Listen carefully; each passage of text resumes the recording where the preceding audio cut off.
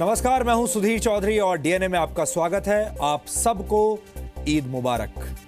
आज पूरी दुनिया एक कूटनीतिक अलार्म लगाकर बैठी है।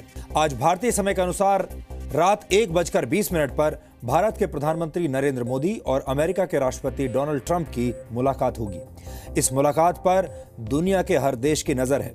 पाकिस्तान की सत्ता पर काबिज लोग भी दिल थामकर इस मुलाकात से जुड़ी हर खबर देख रहे हैं, क्योंकि पाकिस्तान पर इस मुलाकात के साइड इफेक्ट्स पड़ सकते हैं। कहते हैं किसी मूर्ख दोस्त के मुकाबले समझदार दुश्मन बेहतर होता है, और पाकिस्तान इस समय अपने मूर्ख आतंकवादी दोस्तों की वजह से कूटनीतिक मुसीबत में फंस गया है। पिछले 48 घंटों में पाकिस्तान से हमारे पास 2 वीडियोज आए हैं। इनमें से एक जमात उद दावा के आतंकवादी अब्दुल रहमान मक्की का है और दूसरा वीडियो हिजबुल मुजाहिदीन के आतंकवादी सैयद सलाउद्दीन का है।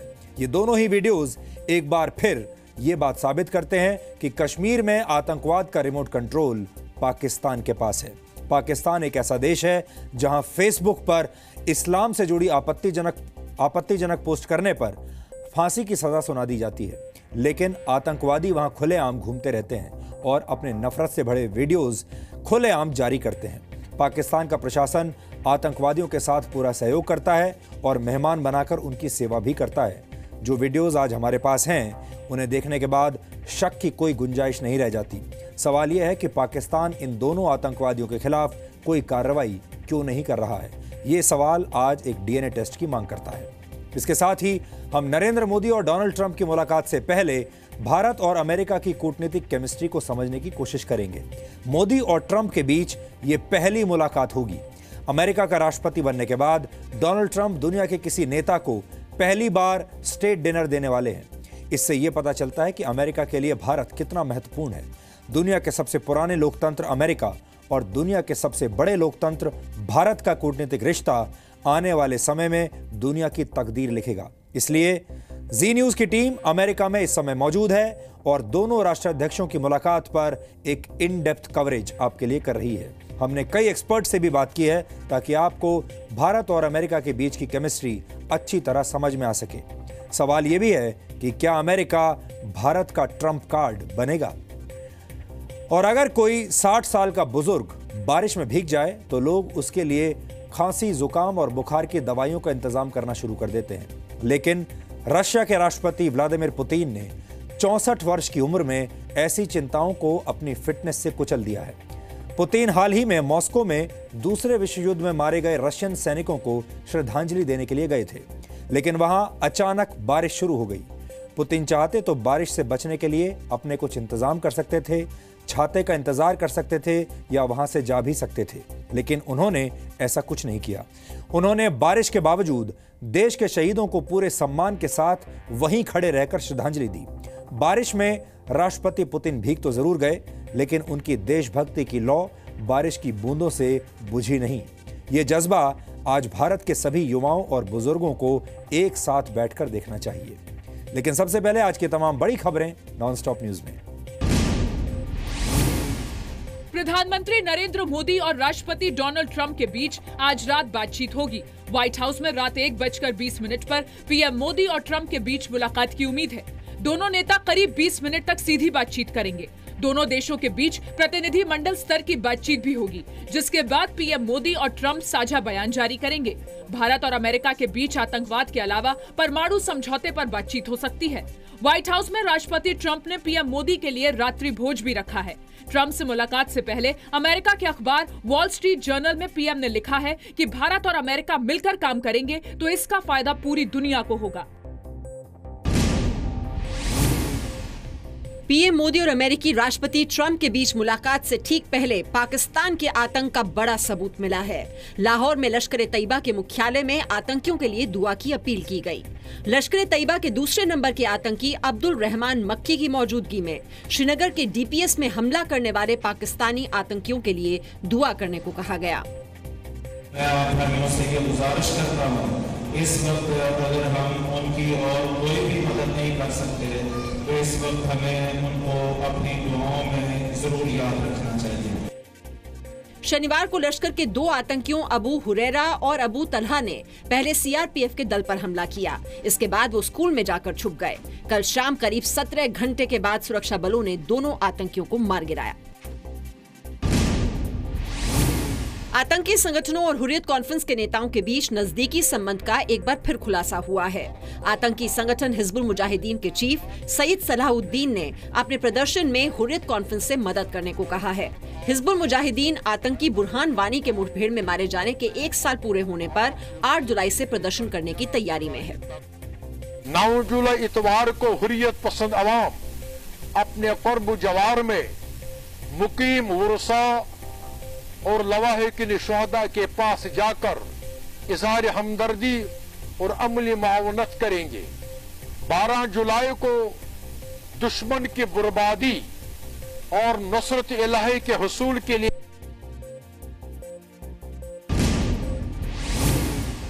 सिक्किम सीमा पर भारत और चीन के बीच तनाव बढ़ गया है। पीटीआई के मुताबिक चीन के सैनिकों ने भारतीय सीमा में घुसकर भारतीय सैनिकों के साथ धक्का मुक्की की। इसके अलावा चीन के सैनिकों ने भारत के 2 अस्थायी बंकर भी ध्वस्त कर दिए। हालांकि जी न्यूज भारत और चीन के सैनिकों के बीच तनाव के इस वीडियो की पुष्टि नहीं करता। सिक्किम के डोकाला इलाके की लालटेन चौक पर यह घटना जून के पहले हफ्ते में हुई। तनाव कम करने के लिए भारतीय सेना ने 2 बार चीन से फ्लैग मीटिंग करने को कहा, लेकिन चीन तैयार नहीं हुआ। आखिर में चीन 20 जून को फ्लैग मीटिंग के लिए तैयार हुआ। इस मीटिंग के दौरान चीन ने भारत को बताया कि कैलाश मानसरोवर यात्रा के श्रद्धालुओं को तिब्बत जाने की इजाजत नहीं दी जाएगी। हालांकि इसके पीछे चीन ने दलील दी कि तिब्बत में पुल टूटने की वजह से उसने ये फैसला लिया है। बिहार में महागठबंधन का विवाद और बढ़ गया है। कांग्रेस नेता गुलाम नबी आजाद ने राष्ट्रपति चुनाव में एनडीए के उम्मीदवार का समर्थन करने पर बिहार के मुख्यमंत्री नीतीश कुमार पर निशाना साधा। जो लोग भी सिद्धांत पर चलते हैं, एक सिद्धांत पर, वो एक फैसला करते हैं। जो लोग कई सिद्धांतों पर विश्वास करते हैं वो अलग अलग फैसले लेते हैं। कांग्रेस के आरोप के बाद जेडीयू ने पलटवार किया। आरोप लगाया कि कांग्रेस के अड़ियल रवैये की वजह से विपक्षी दल राष्ट्रपति उम्मीदवार के नाम पर आम राय नहीं बना पाए। अधिकांश विपक्षी दल किसी गैर कांग्रेसी को राष्ट्रपति का उम्मीदवार बनाना चाहते के मुताबिक श्री गोपाल कृष्ण गांधी को राष्ट्रपति पद का उम्मीदवार होना था।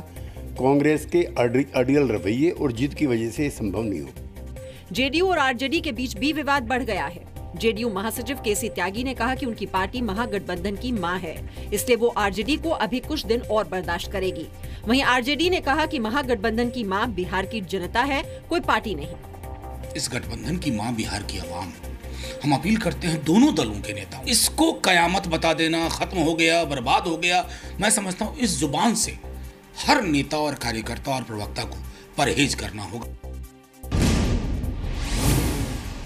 ईद के मौके पर कश्मीर घाटी में पिछले साल मारे गए लश्कर के कमांडर बुरहान वानी के पोस्टर देखने को मिले। पुलवामा में बुरहान की तस्वीरों वाले पोस्टर और बैनर लगे देखे गए। वहीं कई इलाकों में सुरक्षा बलों और प्रदर्शनकारियों के बीच झड़प भी हुई। श्रीनगर, अनंतनाग और सोपोर में लोग बड़ी तादाद में सड़कों पर उतर आए और विरोध प्रदर्शन किया। पुलिस ने भीड़ को काबू में करने के लिए आंसू गैस छोड़ी। सुरक्षा बलों और प्रदर्शनकारियों के बीच हुई झड़प में करीब 1 दर्जन लोग घायल भी हो गए। हालांकि इन सब के बीच अनंतनाग में ईद के मौके पर आर्मी के जवान लोगों को मिठाई बांटते देखे गए। श्रीनगर आतंकी हमले में शहीद सीआरपीएफ के सब इंस्पेक्टर साहब शुक्ला का आज राजकीय सम्मान के साथ अंतिम संस्कार किया गया। गोरखपुर में शहीद शुक्ला के पैतृक गांव मजगवा में राप्ती नदी के किनारे उनके बड़े बेटे सौरभ शुक्ला ने मुखाग्नि दी। इस दौरान जवानों ने अपने शहीद साथी को अंतिम सलामी दी।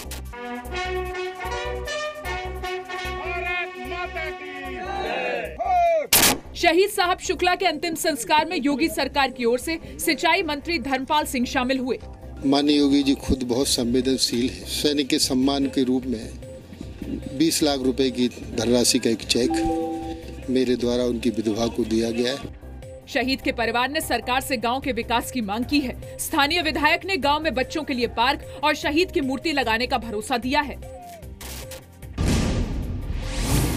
अमरनाथ यात्रियों पर आतंकी हमले के अलर्ट के बाद सुरक्षा बढ़ा दी गई है। खुफिया सूत्रों के मुताबिक आतंकियों को भारी संख्या में अमरनाथ यात्रियों और पुलिस अधिकारियों को निशाना बनाने को कहा गया है।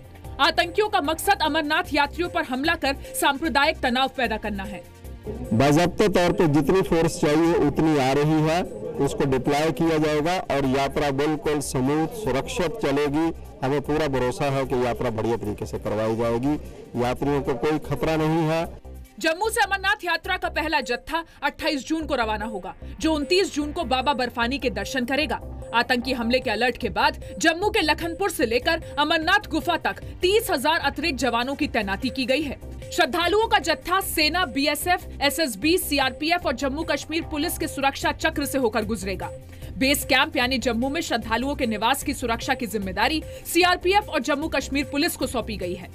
सभी लोगों से मैं ये अपील करना चाहूंगा, इस बार बड़े अच्छे हमने प्रबंध किए हैं, सुरक्षा का पूरा प्रबंध है।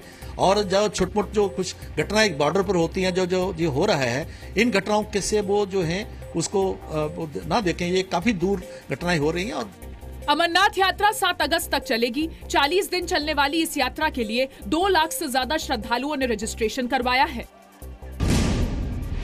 केंद्रीय मंत्री अरुण जेटली ने जम्मू कश्मीर के मुख्यमंत्री महबूबा मुफ्ती को पत्र लिखकर अपील की है कि वो अन्य राज्यों की तरह जम्मू कश्मीर में भी 1 जुलाई से जीएसटी लागू करें। जेटली ने कहा कि अगर जम्मू कश्मीर 1 जुलाई से जीएसटी लागू नहीं करता तो दूसरे राज्य से खरीदे गए उत्पादों और सेवाओं पर राज्य के डीलरों को आईजीएसटी का क्रेडिट नहीं मिलेगा, जिससे इनके दाम बढ़ जाएंगे। वित्त मंत्री ने कहा कि संविधान के अनुच्छेद 370 के तहत भारतीय संविधान में होने वाला संशोधन जम्मू कश्मीर पर भी लागू होगा। सरकार 1 जुलाई से पूरे देश में जीएसटी लागू करने जा रही है और इसके लिए जम्मू कश्मीर को छोड़कर सभी राज्य जीएसटी कानून पारित कर चुके हैं। केरल और पश्चिम बंगाल ने अध्यादेश के जरिए इस कानून को प्रभावी बनाया है। केंद्र सरकार 2018 से वित्त वर्ष की शुरुआत अप्रैल की जगह जनवरी से कर सकती है। सूत्रों के मुताबिक अगला बजट दिसंबर महीने में पेश किया जा सकता है, जिससे बजट से जुड़ी सभी प्रक्रियाएं इसी साल पूरी हो जाएं। प्रधानमंत्री नरेंद्र मोदी ने वित्त वर्ष को जनवरी-दिसंबर करने के सुझाव का समर्थन किया था। ऐसा करना कितना व्यवहारिक होगा, इसकी जांच के लिए केंद्र सरकार ने एक कमेटी बनाई थी। कमेटी ने पिछले साल दिसंबर महीने में अपनी रिपोर्ट सौंपी। वित्त वर्ष को 1 अप्रैल से 31 मार्च करने की शुरुआत 1867 में ब्रिटिश सरकार के दौर में हुई। हालांकि मध्य प्रदेश सरकार 2018 से वित्त वर्ष को जनवरी से दिसंबर करने का ऐलान पहले ही कर चुकी है। विश्व हिंदू परिषद ने सोमनाथ मंदिर की तरह अयोध्या में राम मंदिर बनाए जाने की मांग की है। गुजरात के वडताल में वीएचपी की 2 दिवसीय बैठक में राम मंदिर बनाए जाने के प्रस्ताव को मंजूरी दी गई।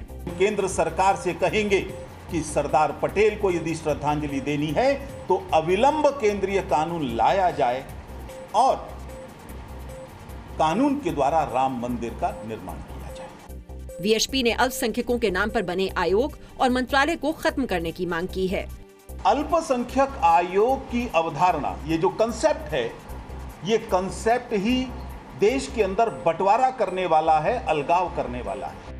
24 और 25 जून को हुई विश्व हिंदू परिषद की इस गवर्निंग काउंसिल की बैठक में 250 प्रतिनिधियों ने हिस्सा लिया।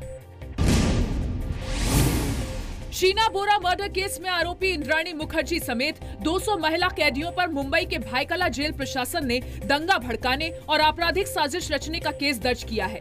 जेल में शुक्रवार को एक महिला कैदी मंजुला शेट्टी की मौत हो गई थी।